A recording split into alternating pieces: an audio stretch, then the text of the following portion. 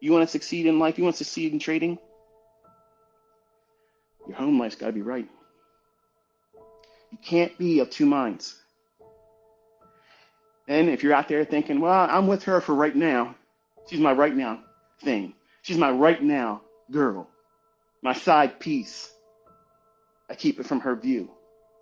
If you're living like that, I'm going to tell you right now, you're going to fucking fail in trading. You're going to fail. Because what you're doing is all for you. Just you. You have no purpose, no measurement, no guidelines, no boundaries, like a cowboy, like a drunken cowboy. And you can't sustain that kind of stuff. Sure, you might get a lick here and there, catch a little bit of this and catch a little bit of that and look real good. But eventually what happens, you're going to see something else that catches your eye. And you're going to step outside that relationship that you have with that right now girl and your side piece to chase something else. Because you have no morals, you have no character, and you have no discipline. And you're not happy.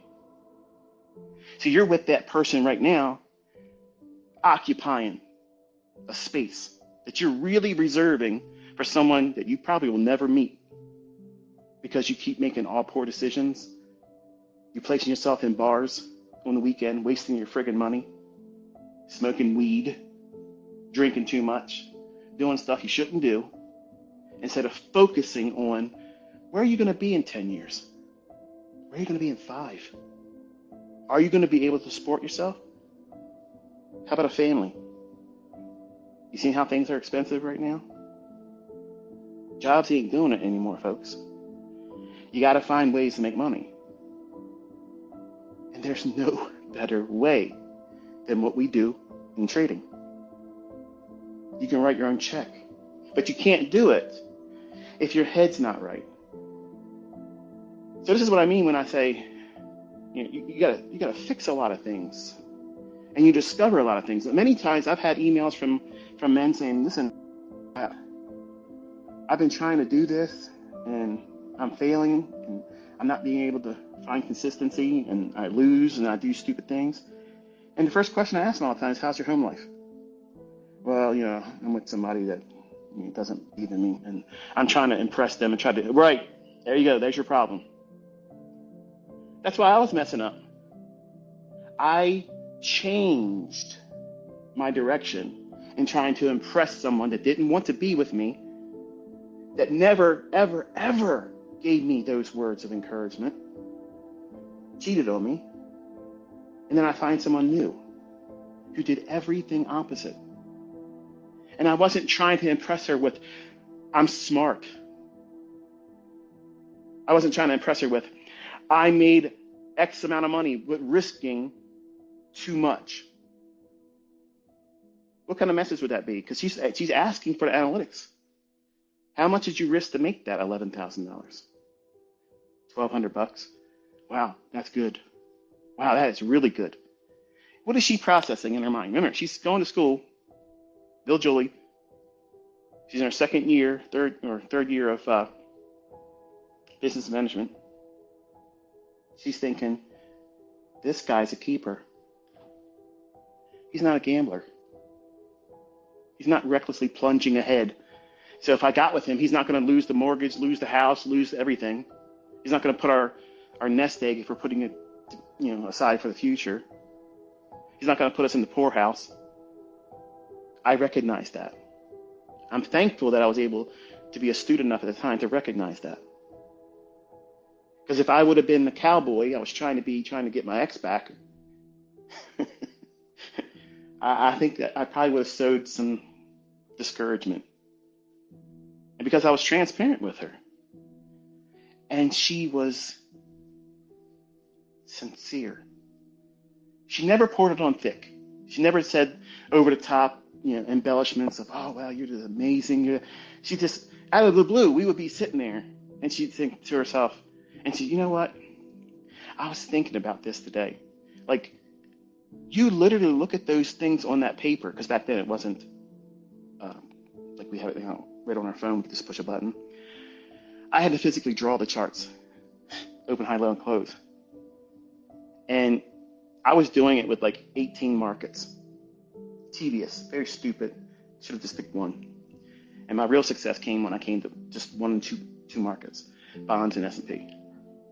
But she would say to me, like we would be in the mall, and she would turn to me and she starts smiling. She says, I think it's crazy that you do what you do and you can make money doing that. Like, that's wild. She never asked for anything. She never asked for anything.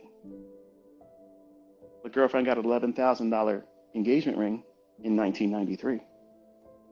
Do the math on that. Do the inflationary markup on that today.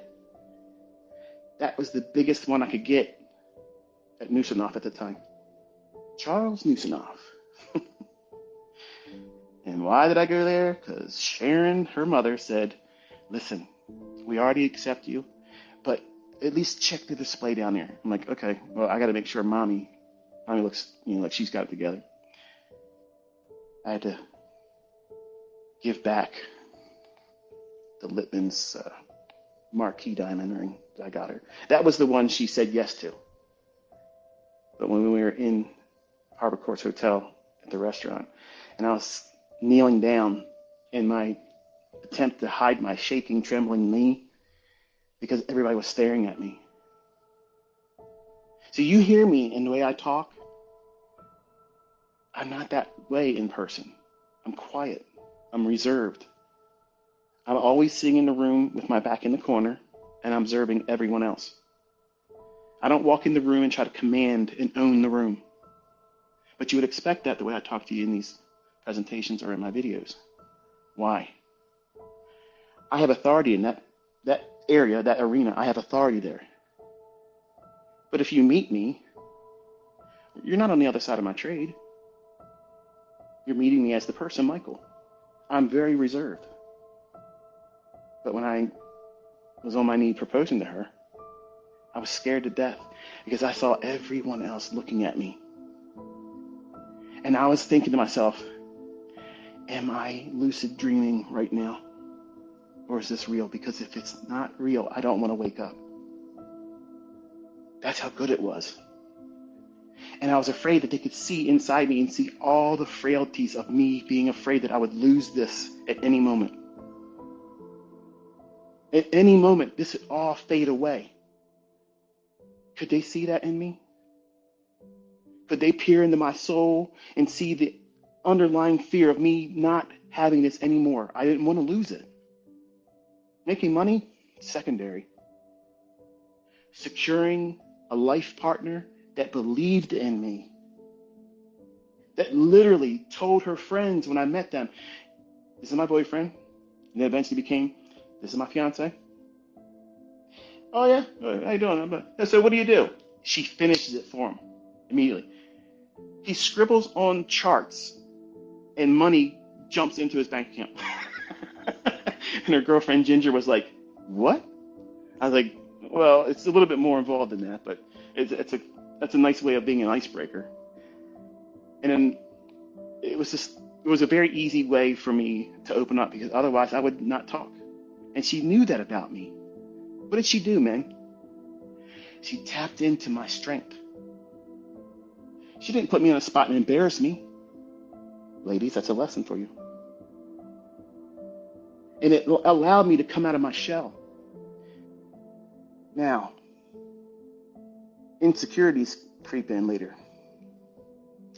I'm making big money, really big money. And I have a particular family member who I had a lot of trust in. And they sowed an idea in my head that started taking over. And I can look back now and see it's the enemy, but I didn't recognize it then. What happens if she's just with you for your money? And while she never asked for anything, she never had to. I would always ask her mother, is there anything that she wants right now? And I would leave it on her bed. I would get her keys and put it in her trunk and then tell her, hey, look, can you check your trunk? I think I left my hat. And she'd find it. I would do stuff like that all the time. But I knew enough to know that she was sincere about the encouragement she gave me. But this family member made me start thinking, Am I really pouring on too thick, buying her affection, when she had already given it to me beforehand? I lost sight of that. What was I doing? I was worrying about the money. Just like that happens in your trading. When you worry about the money, you lose. You make stupid decisions. And I made a dumb decision. I made a very, very dumb decision then. I gotta be careful how I say these things because it makes it sound like I'm regretting being married to my wife. I'm not regretting at all being married to my wife. But I can tap into my younger years and tell you and relive them. If I hand you my diary, it would be just like I'm saying it right now. It reads like a novel. I have always looked back and thought to myself, how would my life be if I wouldn't have listened to someone give me the worst idea to focus on, worrying about an outcome that never probably would have ever happened? The enemy introduced what if thinking again on the toxic level. See, I didn't look at Shannon every day and think, what if this doesn't go well? What if this doesn't, until this person, my family member, said, look at all the money you're making right now.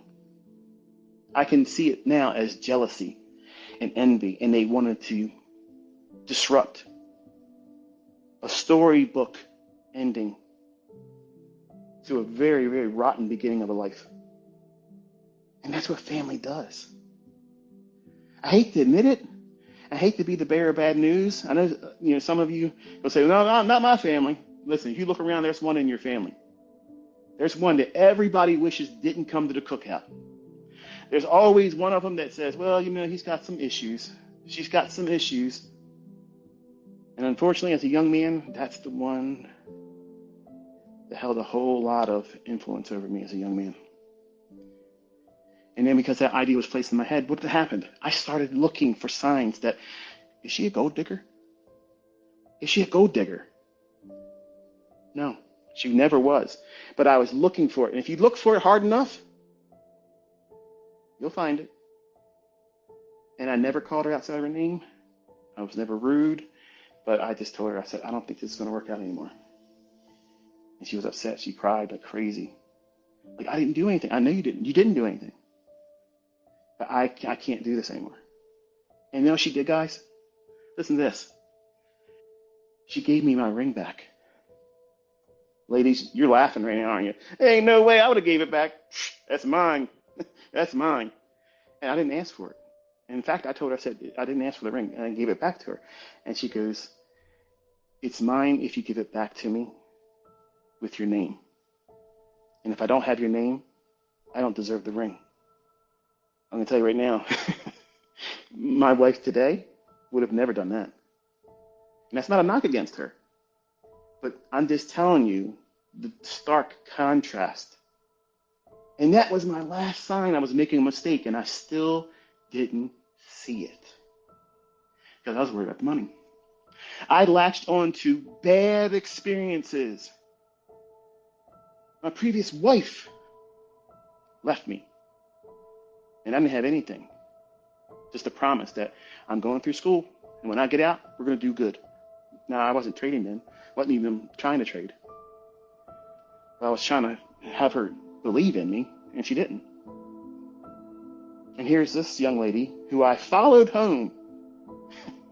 Drove up and down 2 o'clock in the morning to 4 o'clock in the morning, trying to find where her car was, and then left a note with her brother for her to call me. And we got together like that. That's crazy town, ain't it? And she says, if you give me your last name, then I deserve the ring. But because I'm not getting your name, I don't deserve the ring. Now, that was the beginning of just total craziness. I was back in that middle of the sea without a rudder, no sail, and regretting. And she got with someone else, so I couldn't go back to her. And here I am, looking at these charts, figuring out, what am I going to do now? And I lost my support structure. I lost my accountability agent, the person that kept me in line. And I started pursuing stupid stuff. Doing this and doing that, recklessly doing this, and listening to some goober on the internet. wasting money. Even tried to do Larry Williams, eventually trying to take his S&P signals on his 900 number. I never made money doing it. I couldn't afford the stop loss he was using. I thought I could. I was like, well, I won't risk that much. He's good. He's good at trading. His stop loss ain't gonna get it. So I would do like 1/4 of what he's risking, and I'd get stopped out or scared out of it and get out of the trade. So I never made money. I was doing all the wrong things.